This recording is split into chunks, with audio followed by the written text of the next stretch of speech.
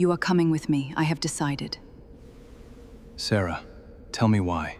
The real reason. The ceremony was supposed to last 40 minutes. It had lasted 2 hours and 17 minutes because Vel'hari ceremonial protocol operated on a timeline that bore no relationship to the schedule distributed to the coalition delegation beforehand, and Commander Kael had learned in 9 months of serving as the coalition's senior military liaison to the Vel'hari court that the distributed schedule was more of an aspiration than a plan.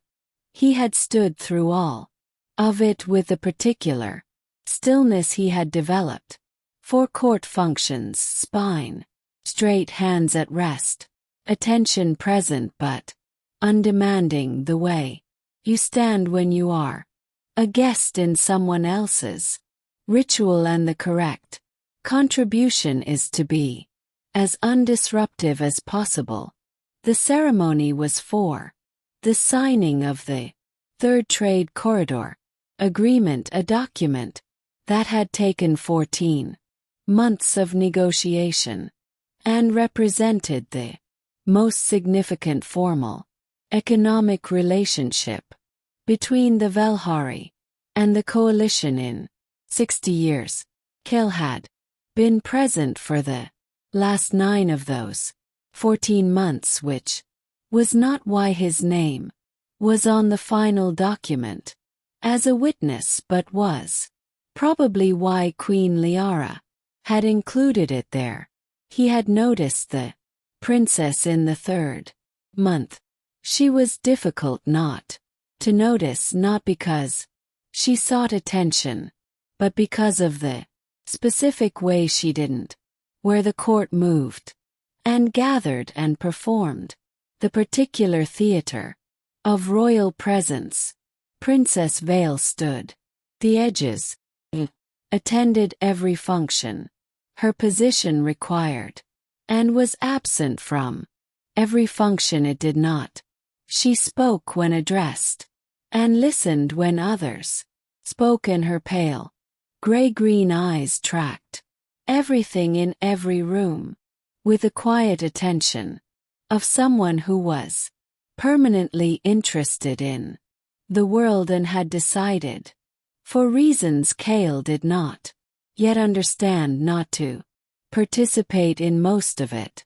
He had not spoken to her directly in 9 months, not from lack of opportunity. The court was not that large, but because every time he had positioned himself to do so, something had intervened.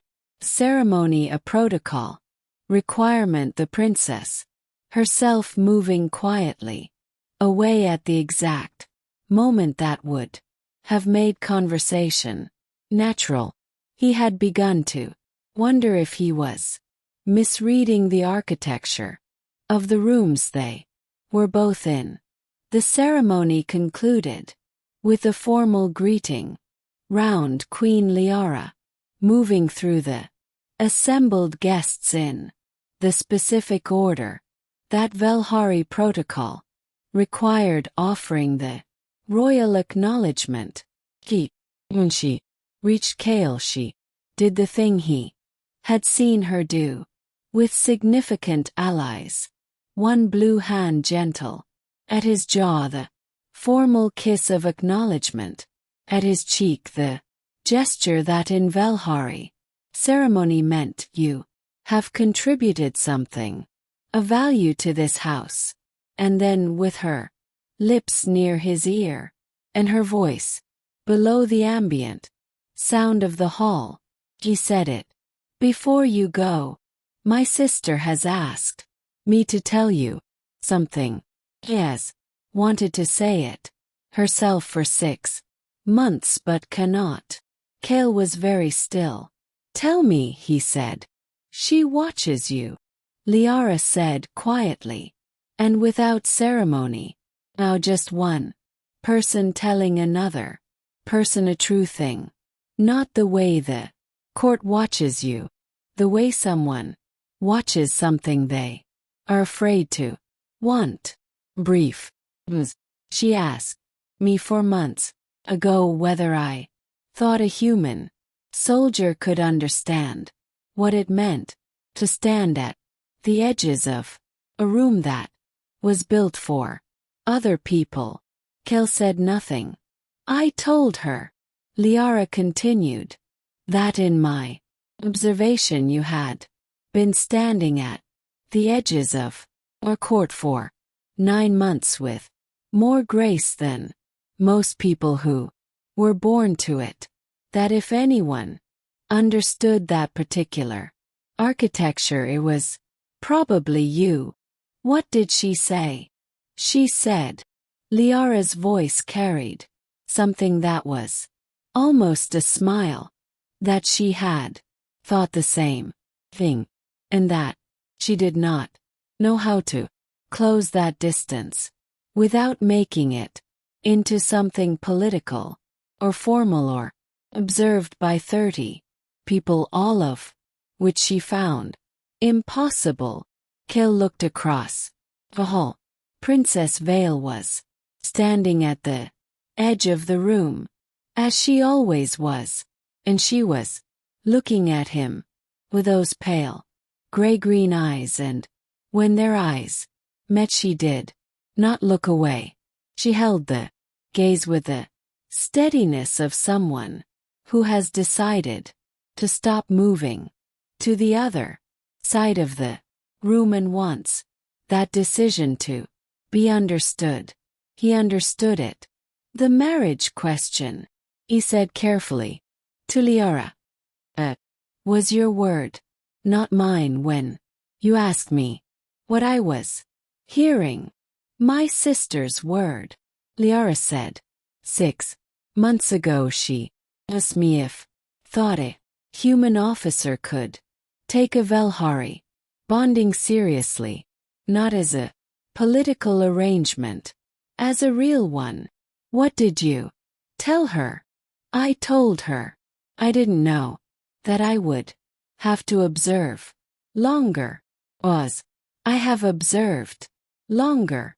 And I think, Lyara said, stepping back now with the formal composure of a queen completing a public greeting, that the answer to her question depends on a conversation between two people that does not involve me.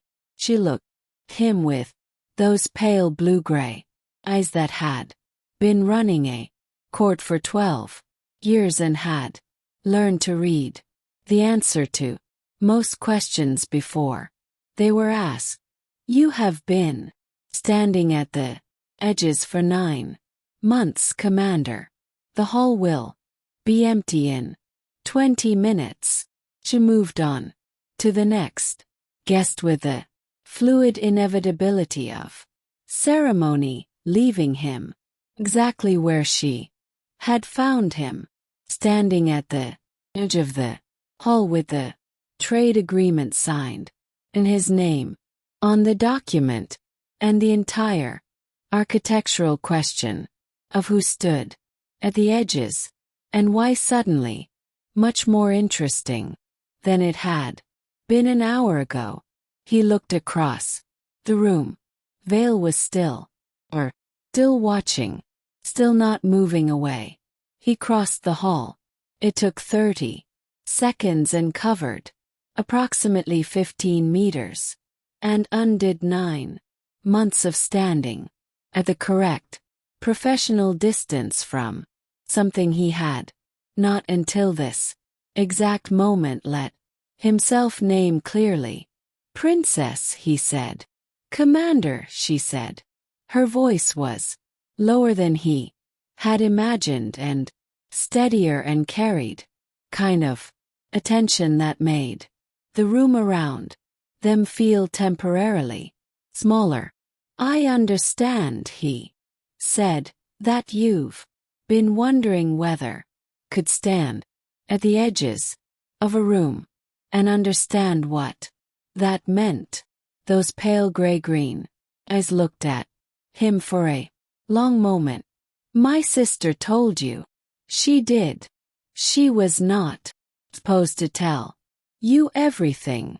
She told me. Enough, he said. The rest, I think, is a conversation we have ourselves. Vale looked at him